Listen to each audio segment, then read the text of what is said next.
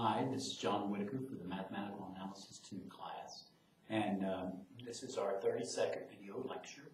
And we had just ended with the Weierstrass approximation theorem, and I want to start today with a corollary to that. There's a corollary. It says for every interval minus a to a, there exists a sequence of polynomials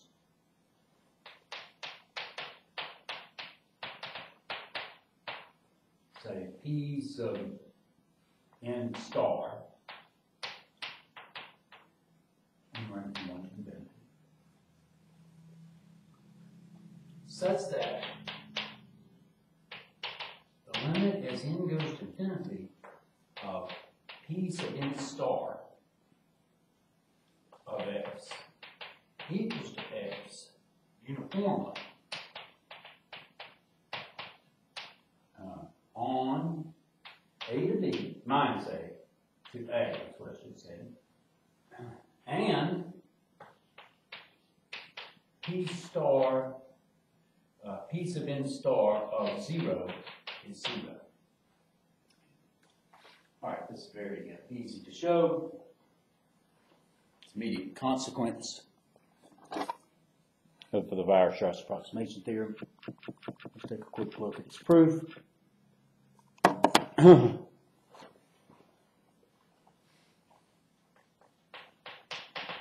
So by the Weierstrass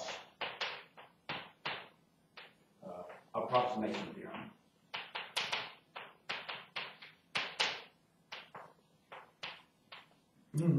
there exists a sequence of real polynomials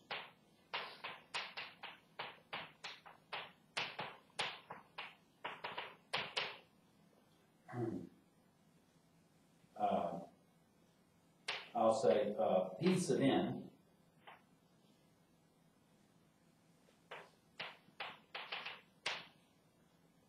which converge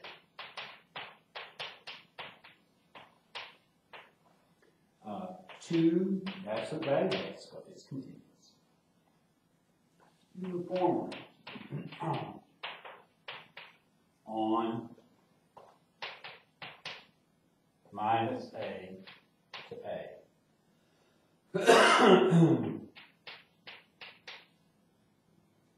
Note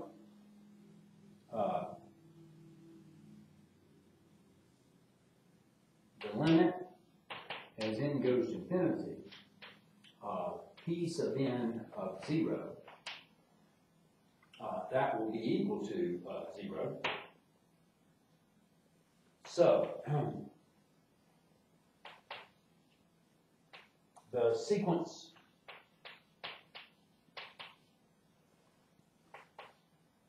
p sub n star, where p sub n star is equal to p sub n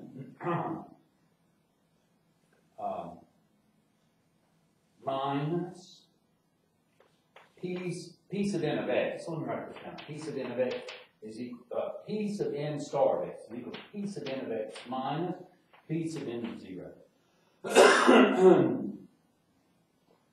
will converge uniformly on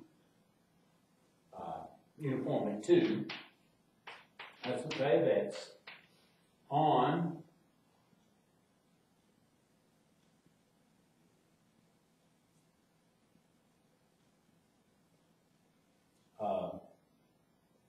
minus a to a, and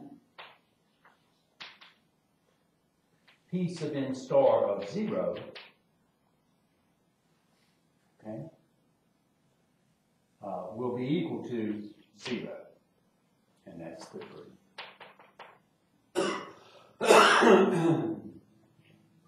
All right. Next, I'm going to spend some time going over some definitions that really highlight certain aspects of polynomial functions that give us the Weierstrass approximation. And we're going to extend this in kind of an abstract setting.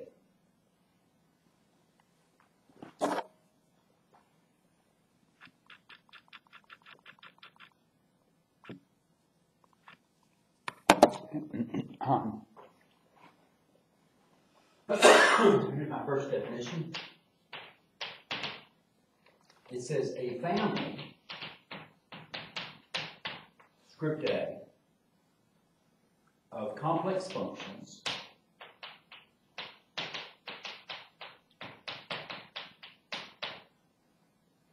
defined on set E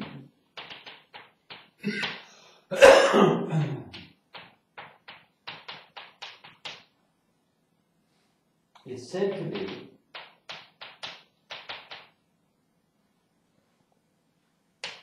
an algebra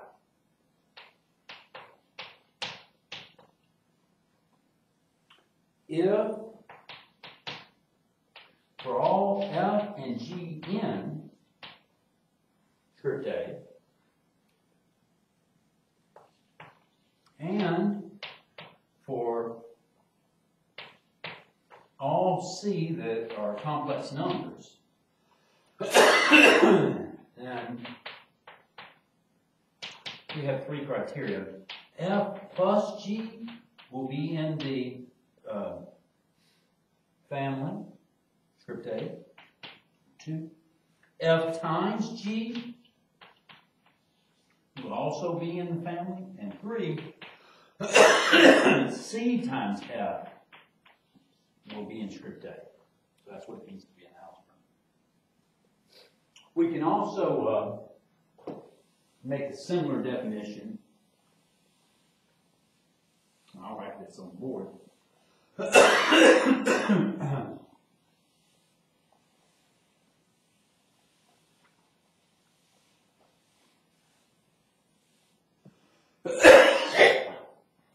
Excuse me.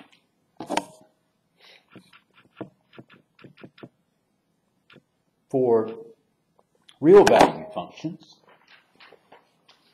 and write that this way, we can also look at an algebra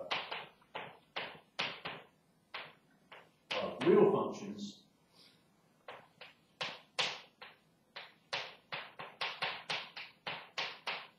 where C must be an element of R in the previous definition. Okay, here's another definition. It says, let script A be an algebra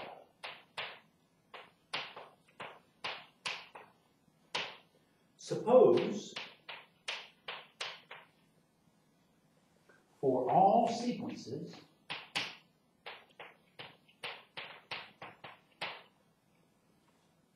of functions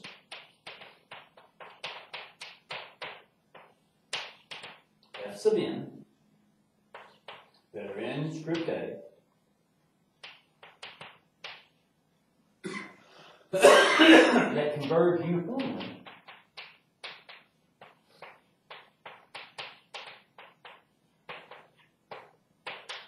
to on E to F, to a function F, then F is an element of script A. Then A is said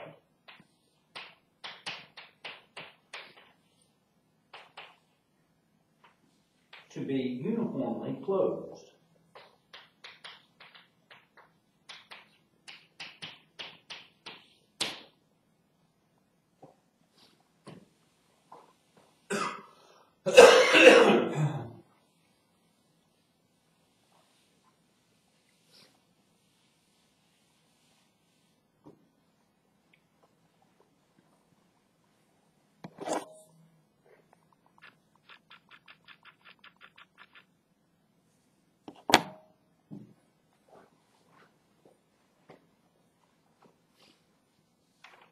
Okay, another definition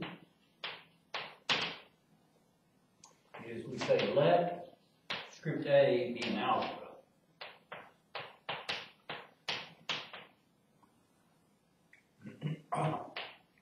Let script B be the set of all functions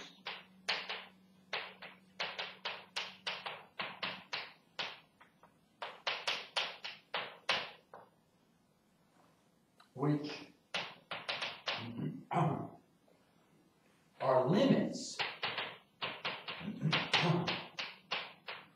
of uniformly convergent sequences.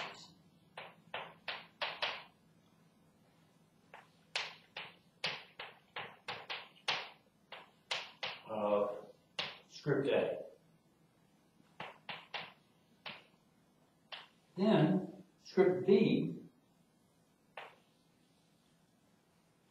is called the uniform closure of script A.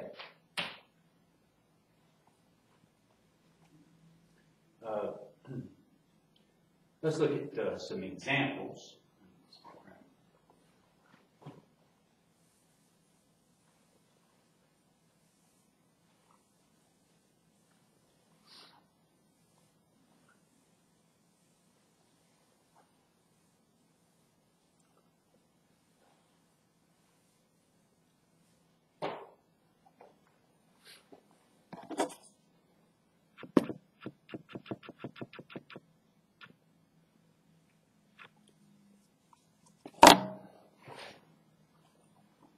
So as an example,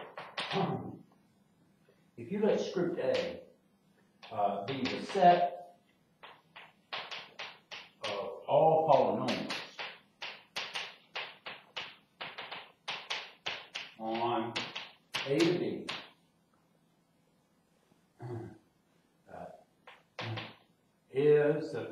this is an algebra.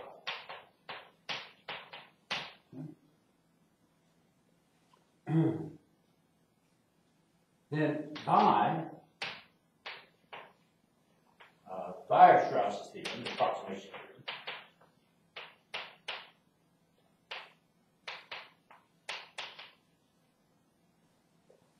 theorem, script B equal to the set of all continuous functions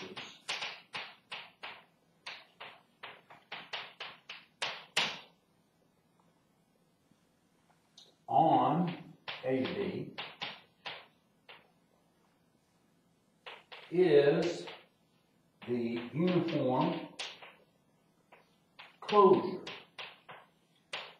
of A. That's what we have.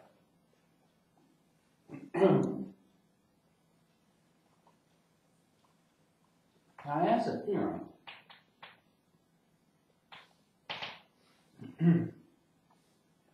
let's let B, script B,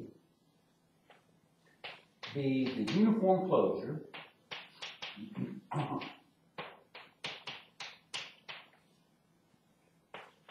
of an algebra of bounded functions.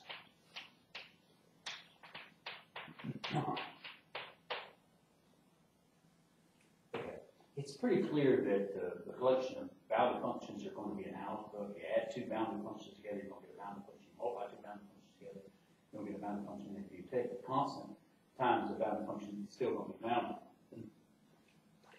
We want to show, then B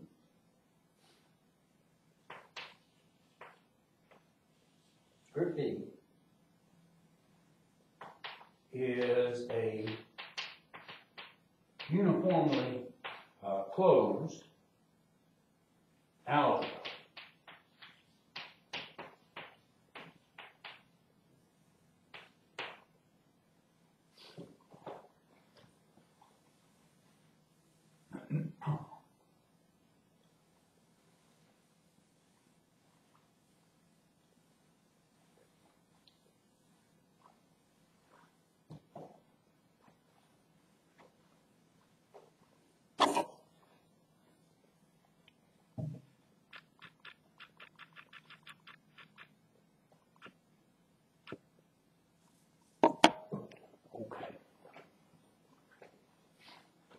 proof, we let script B be the uniform closure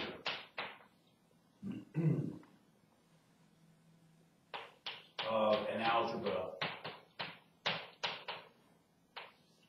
script A of bounded functions.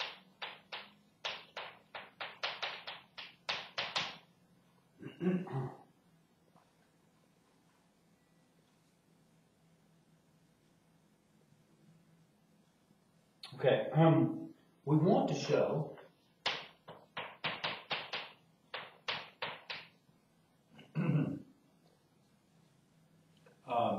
script B is, first of all, an algebra.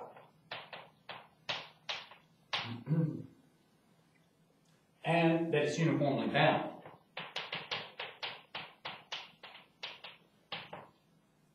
I'm sorry, uniformly closed. Okay, so we've got to show, first of all, it's an algebra. Okay, how do we do that? Well, let's let F, G be elements of script B. Okay, then there exists sequences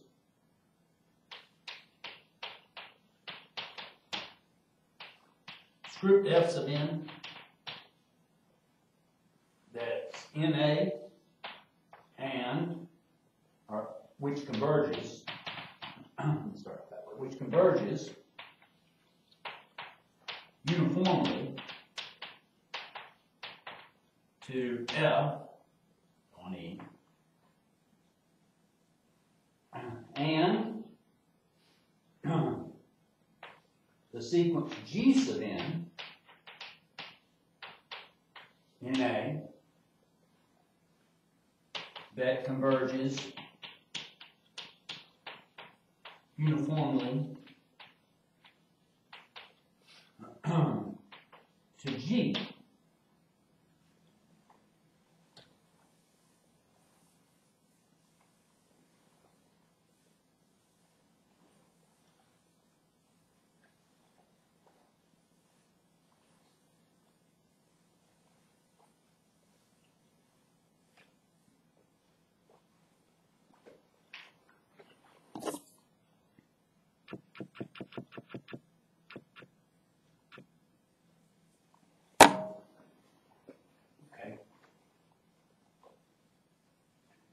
Now, this is kind of part of the homework problem, so I'm not going to go into any detail about this, but I'll just state that F sub n plus G sub n, that's a sequence. And what I want to tell you, it converges uniformly to F plus G.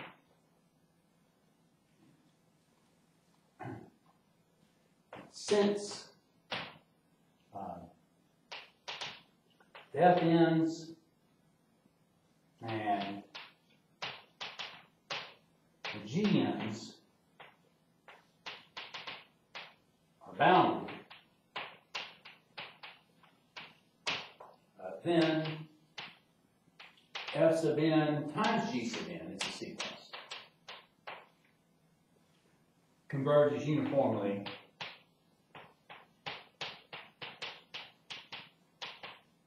to F times G. I'm just going to make those statements for those are things that are involved in what I want you to figure out for the last homework assignment.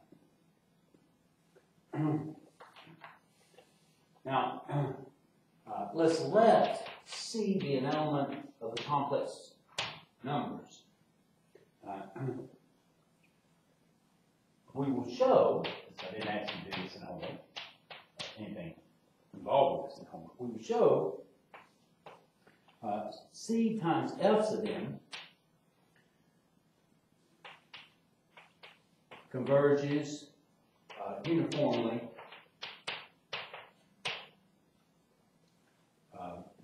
to C times F. So that means that C times F would be in script D. This previous statements say that F plus G is in script D, and F times G are in script D, where F and G are in script D. Now we know that F is in script D, and we want to show the constant times it's got to be in script D. So here's what we'll do.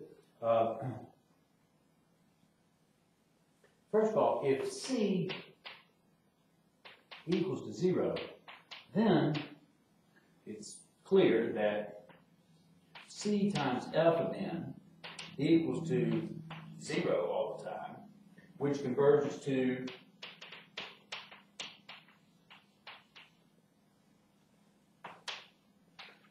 zero, that's F, or 0 times F, which converges to 0, which equals to 0 times F, and that's uniform.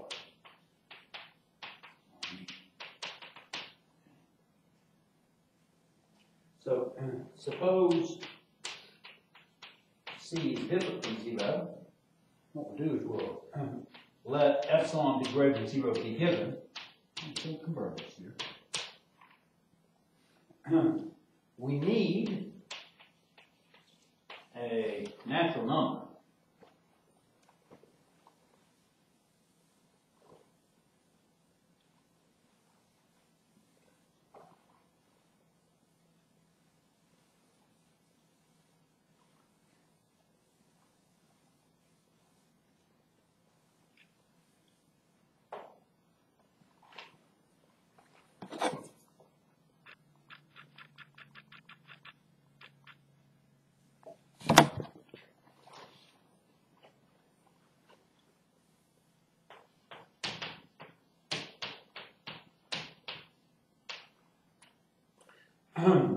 We call it script n.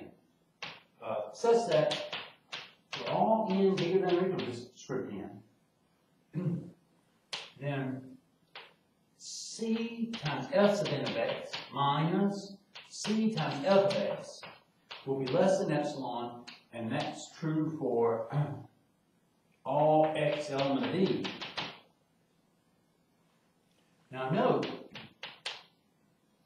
C times f of n of x minus C times f of x is going to be equal to a norm of C times the norm of f sub n of x minus f of x. That's what we have. Since f sub n's converge to f uniformly, there exists a natural number, script n, such that for all n bigger than or equal to this script n,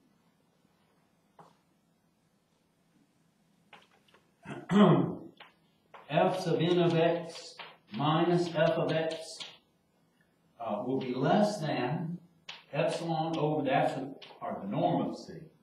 And we can talk about the norm of C here, because dividing by the norm of C, because it's not 0.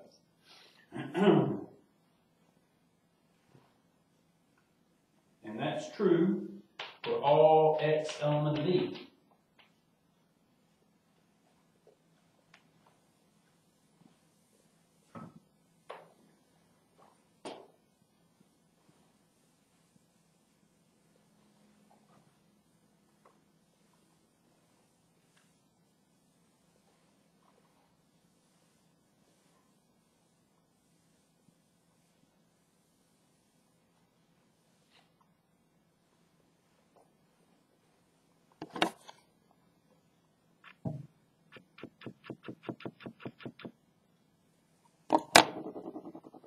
Okay.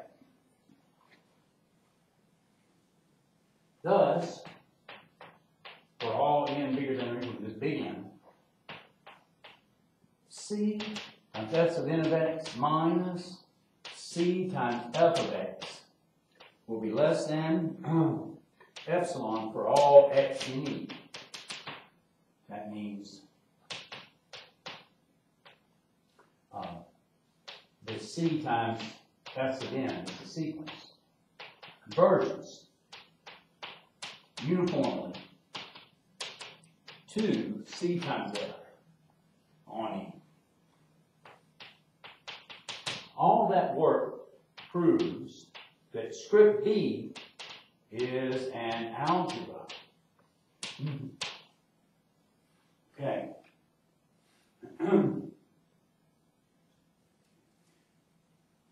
Now we want to show it's uniformly closed. So here, now we let F be an element of script A. Then,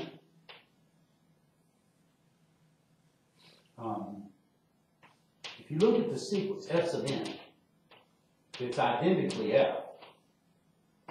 Then this sequence converges to F uniformly on E. So that means that F is an element of script B. So that says that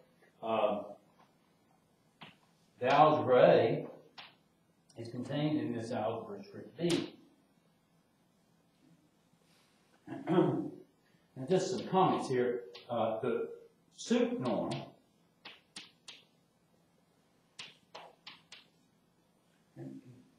defines a metric on all complex value functions.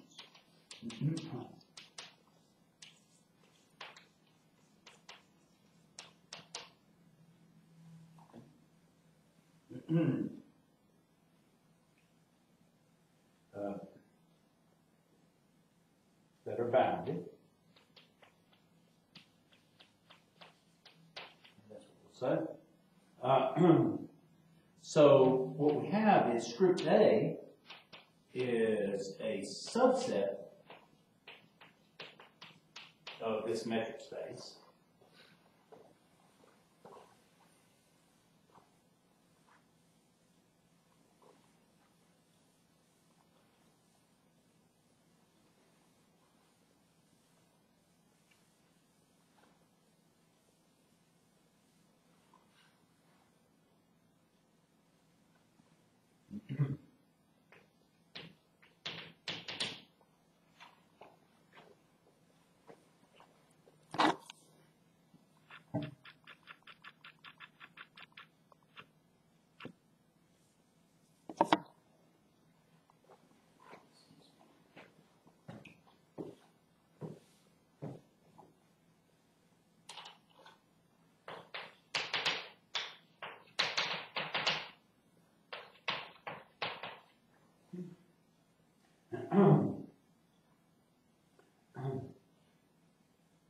Where convergence occurs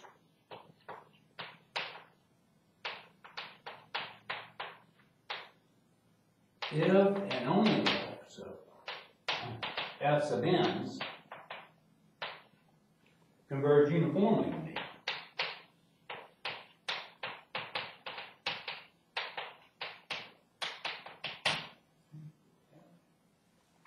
So what this means is that script B really is the closure of script A in this metric space.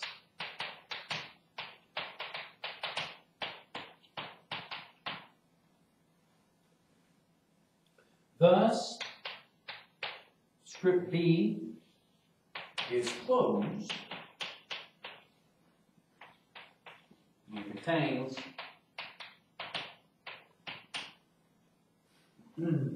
all of its limit points.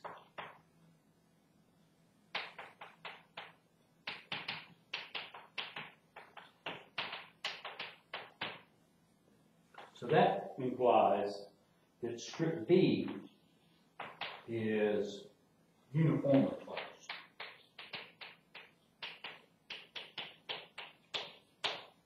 That ends that proof.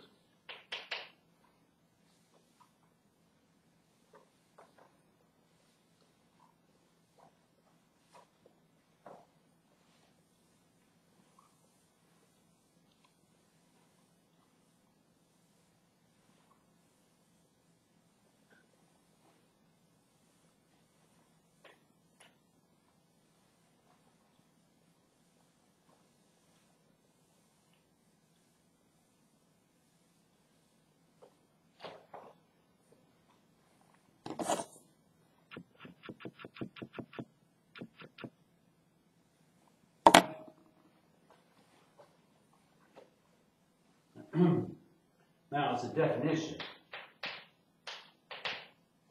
It says, let script A be a family of functions on E.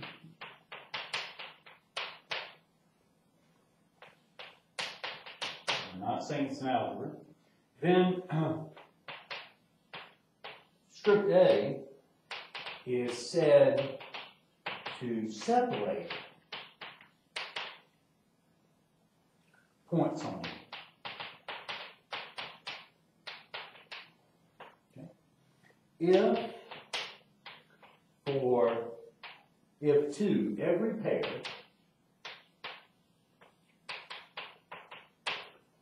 of distinct points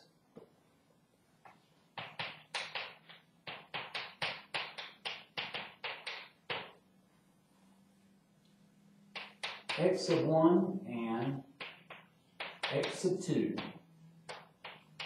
in E,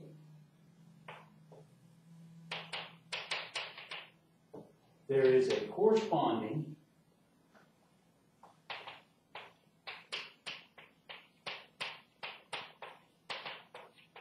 function in script A, say f, such that f of x of 1 is different than f of x of 2. That's what we separate points.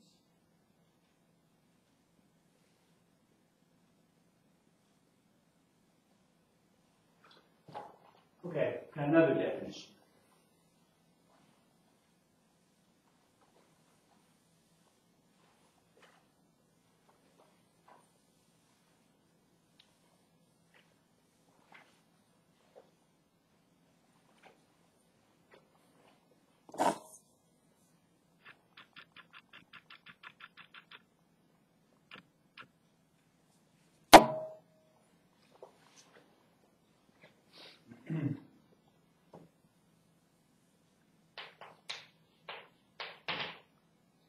Says, let script A be a family of functions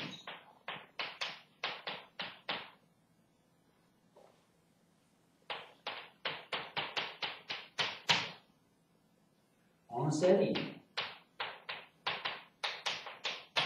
Okay. If to each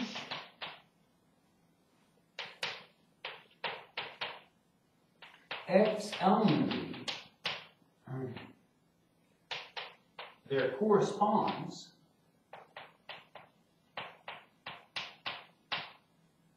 a function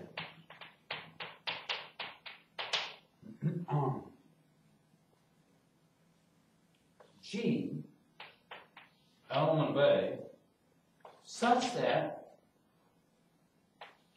G of x is different from 0, then script A vanishes at no point of E. We'll now look at some examples.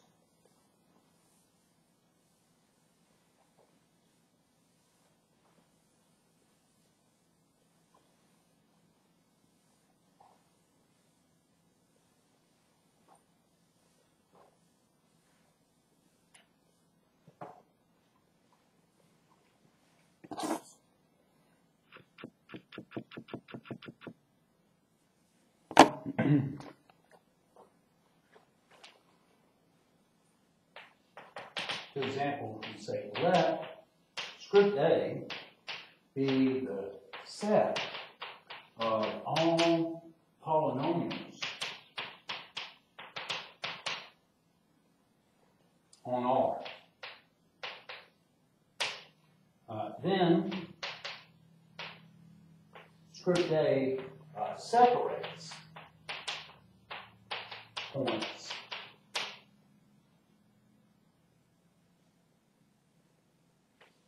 as f of x equal to x is an element of script A, and if x1 is different than x2, then f of x1 is different than f of x2.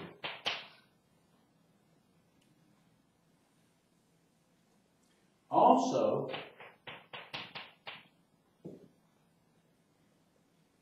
script A vanishes at no point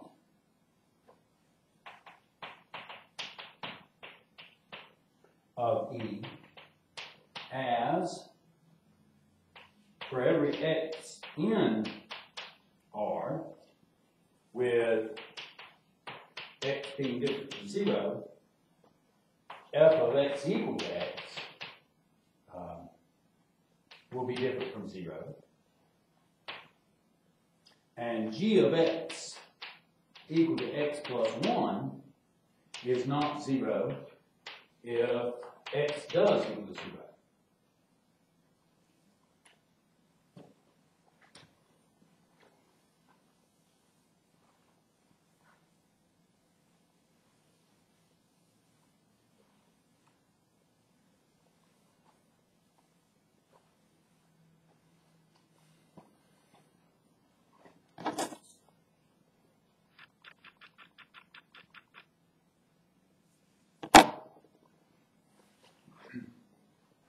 As another example, the set of all even polynomials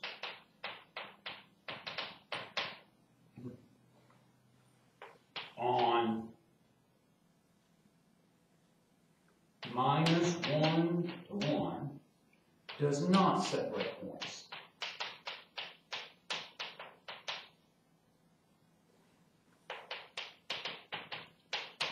As f of minus 1/2 is the same thing as f of 1/2.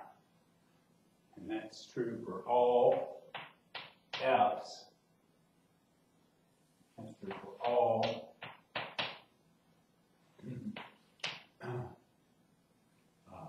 even polynomials.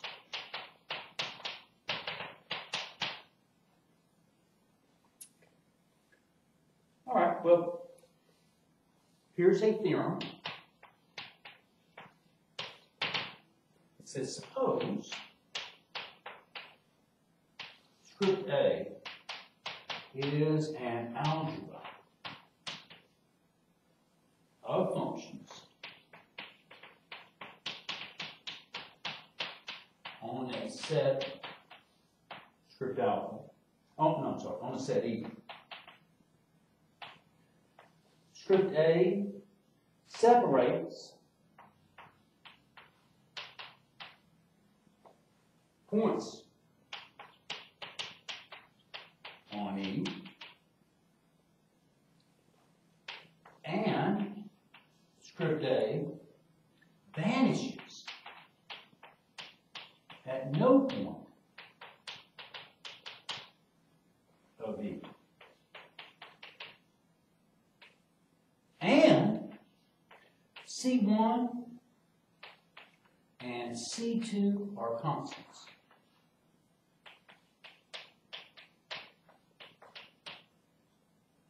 Okay, so that's all the hypothesis.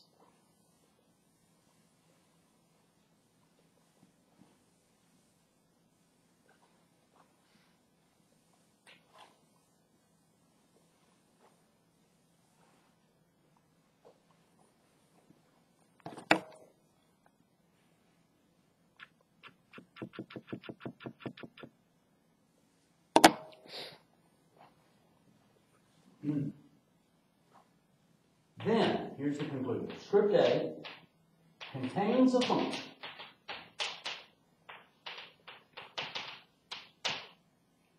f such that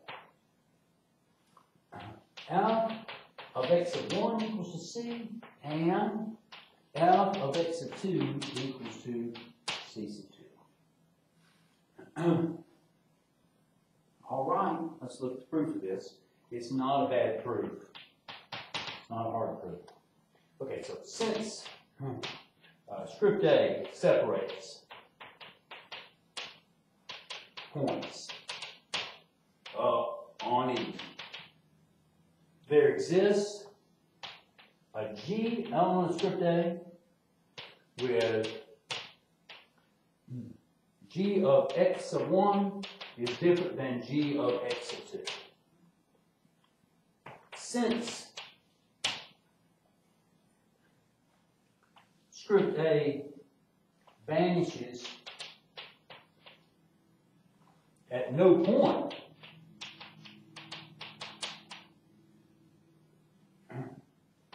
there exists functions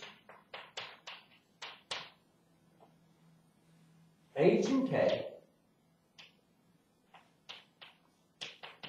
in script A with h of x of 1 is different from 0 and k of x of 2 is different from 0.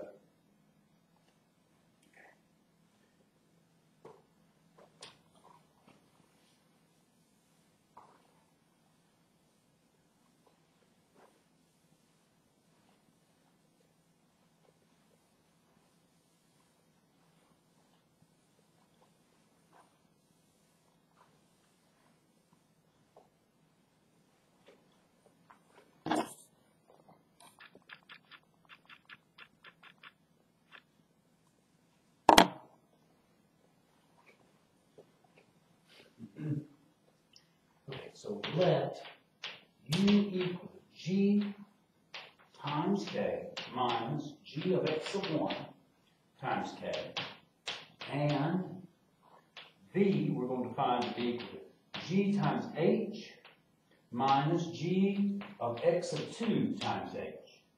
We'll look at these two functions.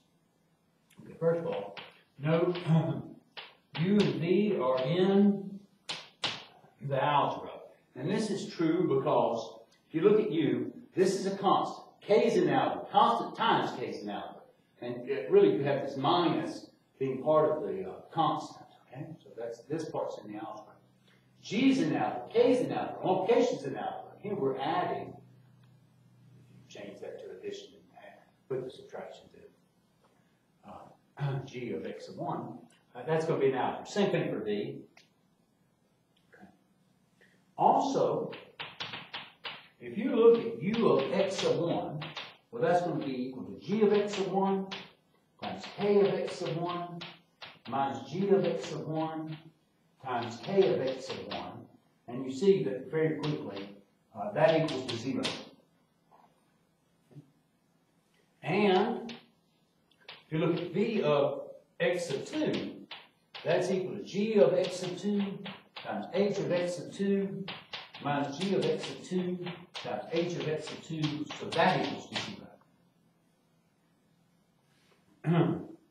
Now, we look at U of x of 2.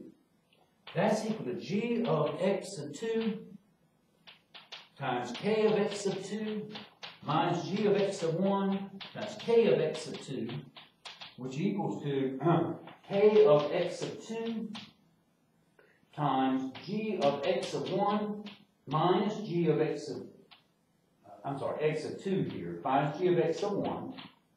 Now, what we have, there are some stipulations on these functions involved. We've already written this down. K of x of 2 is different from 0, and G of x of 2 is different from G of x of 1. So that says that U of x of 2 is different from 0.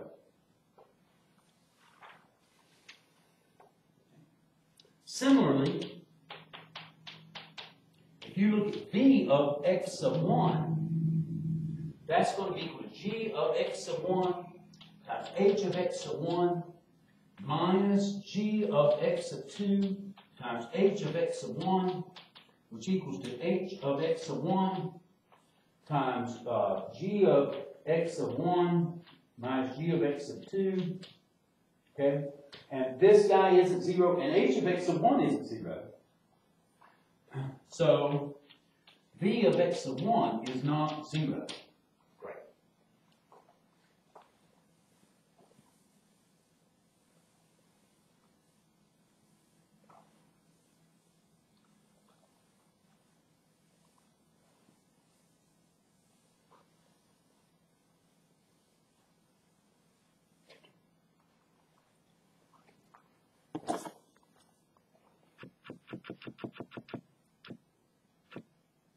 Okay.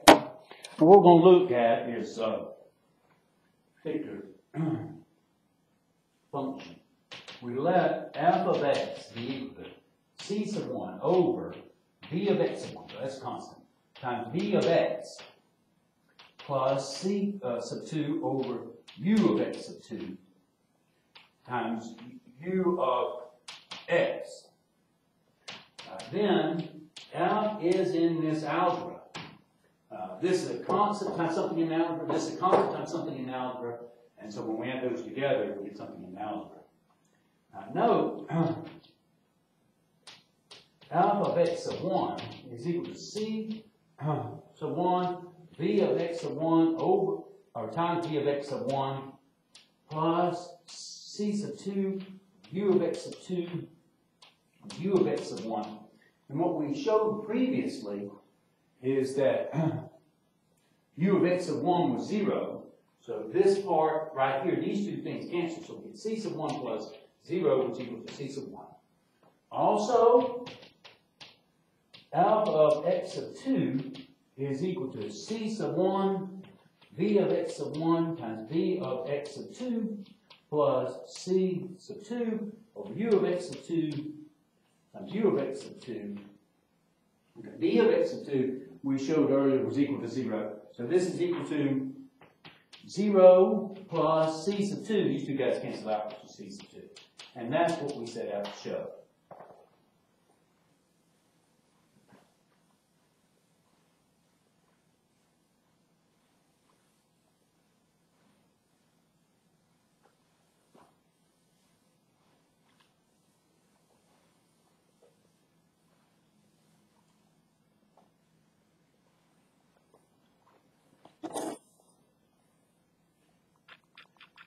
The last thing we're going to do is write down, not with the proof, but just write down the Stone-Weierstrass theorem. So here's what it says.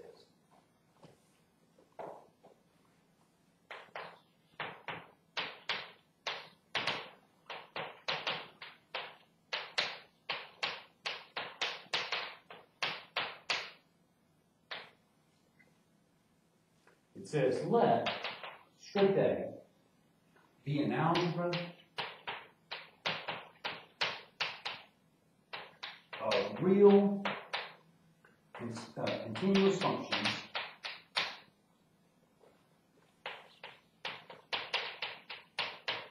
on a compact set.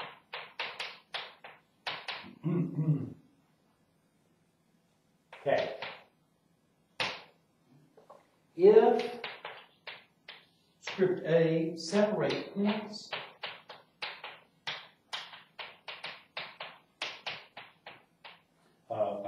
on K,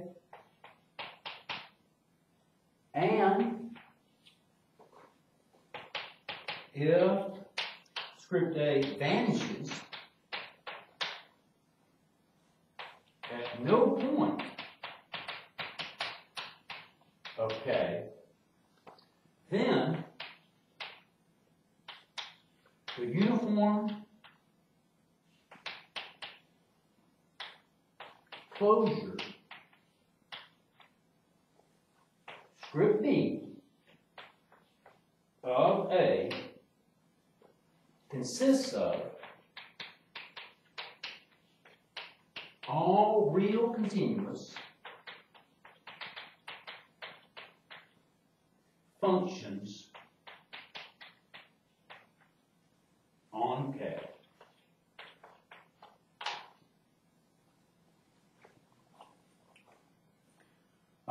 We're not going to prove this. The proof is in the book. It's fairly involved, but I'm not shying away from it because of that. I'd like to move on to Chapter 8. And so just listing this will be the last thing we do from Chapter 7. We won't do a lot in Chapter 8 as we only have four more videos left, but I do want to get some things in Chapter 8 done. Thank you very much.